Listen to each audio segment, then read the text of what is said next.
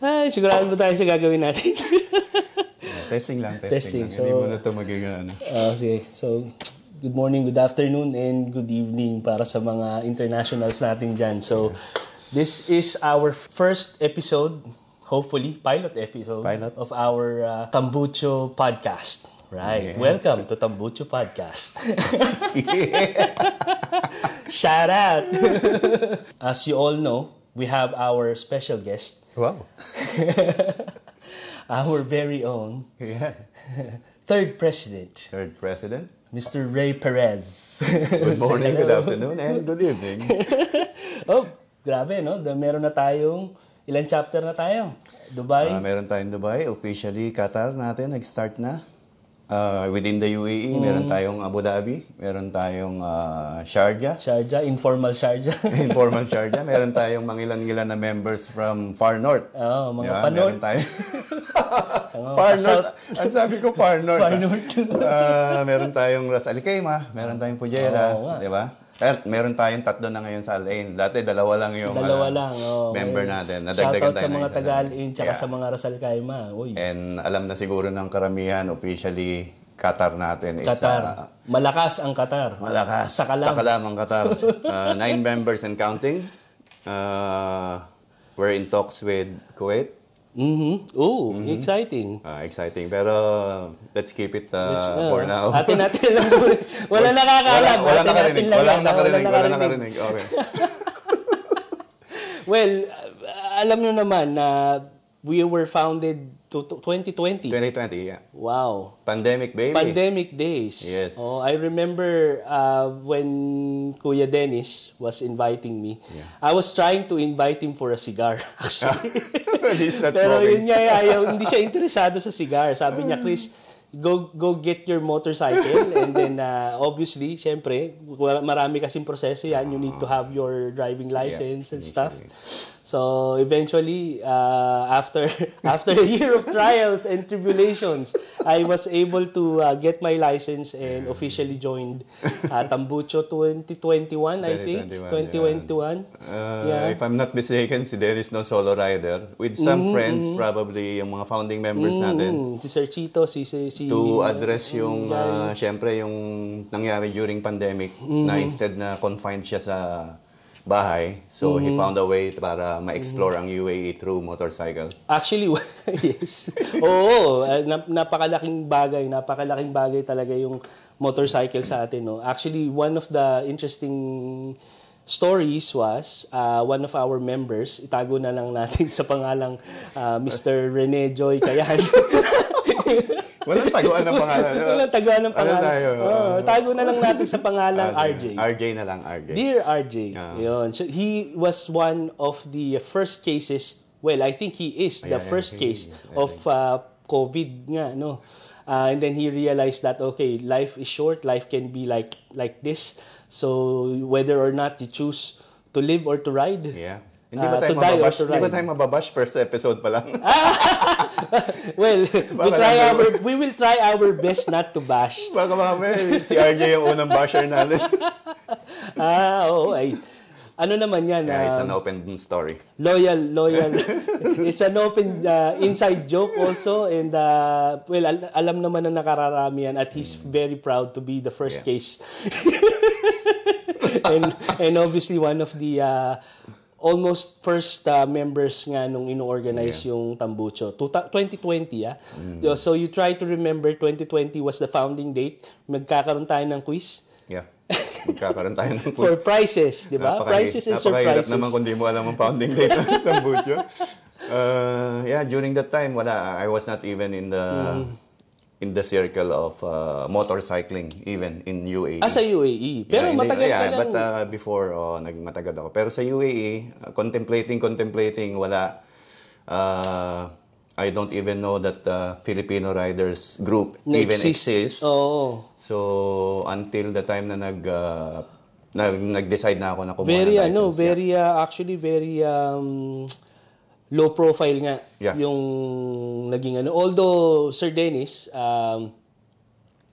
is very much attuned when it comes to building up organizations. Yeah. So, nga yung mountain biking. Okay. So, kung titignan nyo, I'm not sure about the information, or the whole information, but we will put it here. So, on the before motto. Tambucho yan? Mountain bike. Yeah, So, marami ring followers yung mountain bike na yun, yung mountain biking group na yan. Kasi although kasi si Sir Dennis kasi maraming hobby yan. Marunong yan sumisid. Careful. Marunong yan nag-scuba yan. Four-wheel drive. Nagpo-four-wheel. riding. Motor enthusiast. Yeah. So nakilala ko siya doon sa aming Ateneo LSE kasama si Mitch. Shout out to Mitch, DJ Mitch. Now in the Philippines. Mitch Messina. So ano nga yung kanyang box Farm. Box Farm. Yeah, yun. Box Farm sa Nueva Ecija. Cabiao, Nueva Ecija. So kapag ka nasa Kabayan ko yan, si Mitch. pagka nasa Pinas kayo, try to pass by. Ang tanong, bakit nga ba tambucho? Well, sa mga nakikinig natin na Pilipino, well, alam nila kung anong ibig sabihin ng tambucho. Pero sa mga foreigners, it's a good conversation starter pag tinanong nila yan. Why tambucho? Yeah, tambucho. So basically, Why tambucho tambucho? is, syempre, exhaust. Exhaust. Isn't Isn't it exhausting? It is, sometimes. But worth it? But, yun nga, ang tambucho kasi probably represents even a small displacement bike up to a big one, yung power ng motorcycle. That's my personal opinion on that. So, the first thing that you do, probably na-experience mo yan, na-experience it, pag bumili ka ng motor, tambucho. Diba? Tambucho. Sound check. Sound check. Very clever choice but by our founder, Dennis. Napaka within the Filipino context. Madaling tandaan. And I think, it's a Catchy, it's a good representation mismo ng grupo. Ako, kasi, syempre, well, we have our OG Cup here. Hashtag TAMB8. TAMB8. TAMB8. Well, TAMB8, no? I mean, yung TAMB, most likely represent is tambay. Yeah. So, and then bike, well, we're not, Tambike. hindi mga bike yon, mga motorcycles yon, no? Yeah. So tambucho. Kasi ang bisikleta wala namang tambucho. Well, naging connotation na rin na ang motor is bike. But, Self-explanatory. Self-explanatory. Huwag na tayo mag-explain. Haba ang podcast. Supposedly 2 minutes lang to. 2 minutes. A timekeeper. Timekeeper. Okay.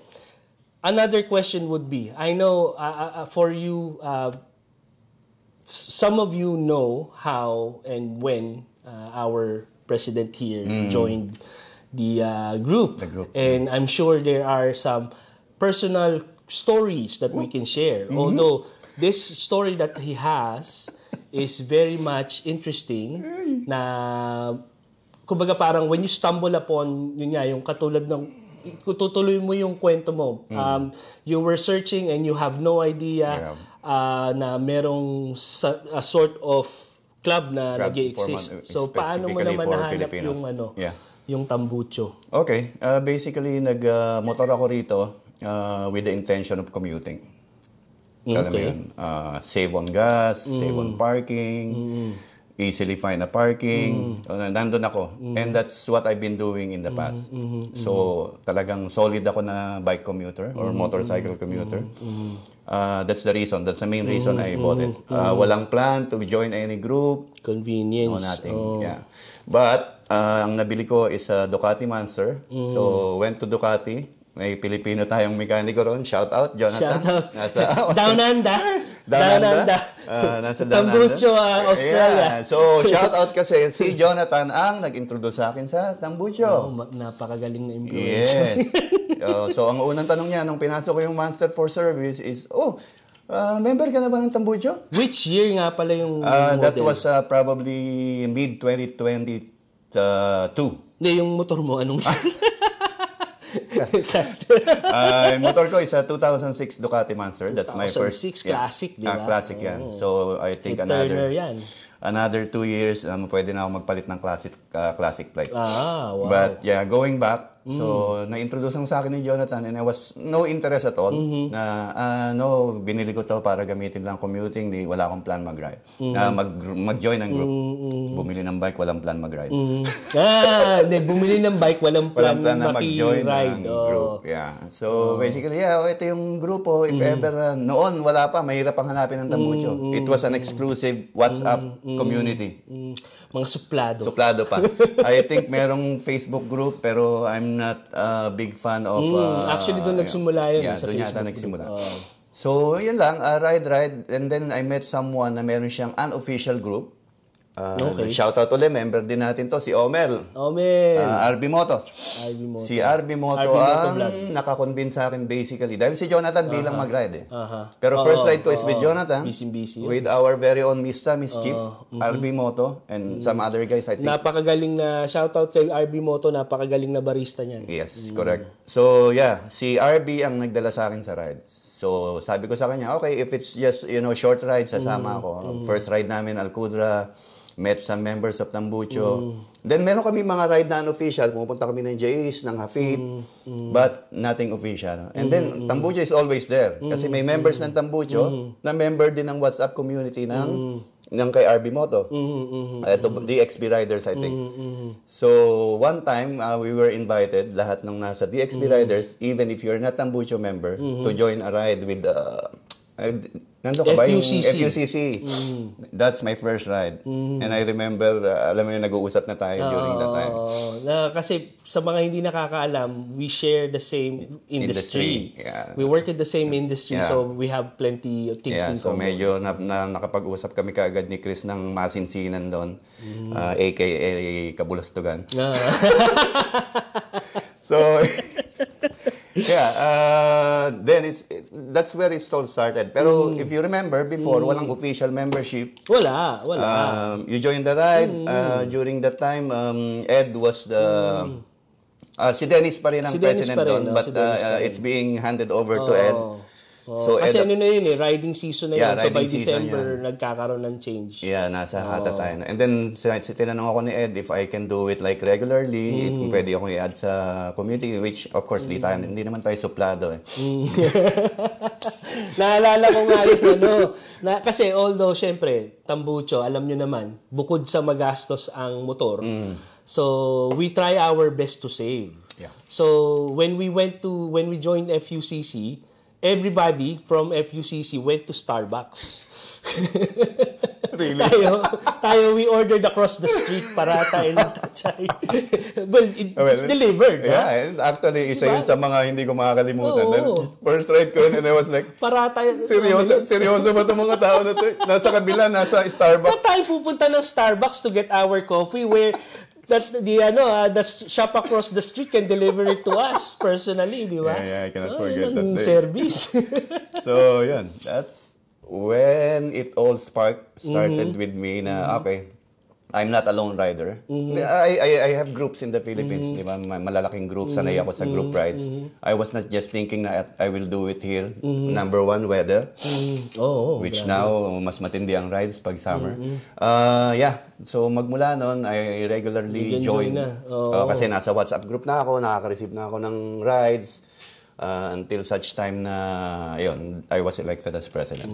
Astig. Actually, yun din yung first time kong na-meet sino yung bago nating sali na from BMW rin? From BMW, si Raul and shout out. Napakarami naman kasing ang dami ng members. Napakahirap. So actually, I will plead this suggestion.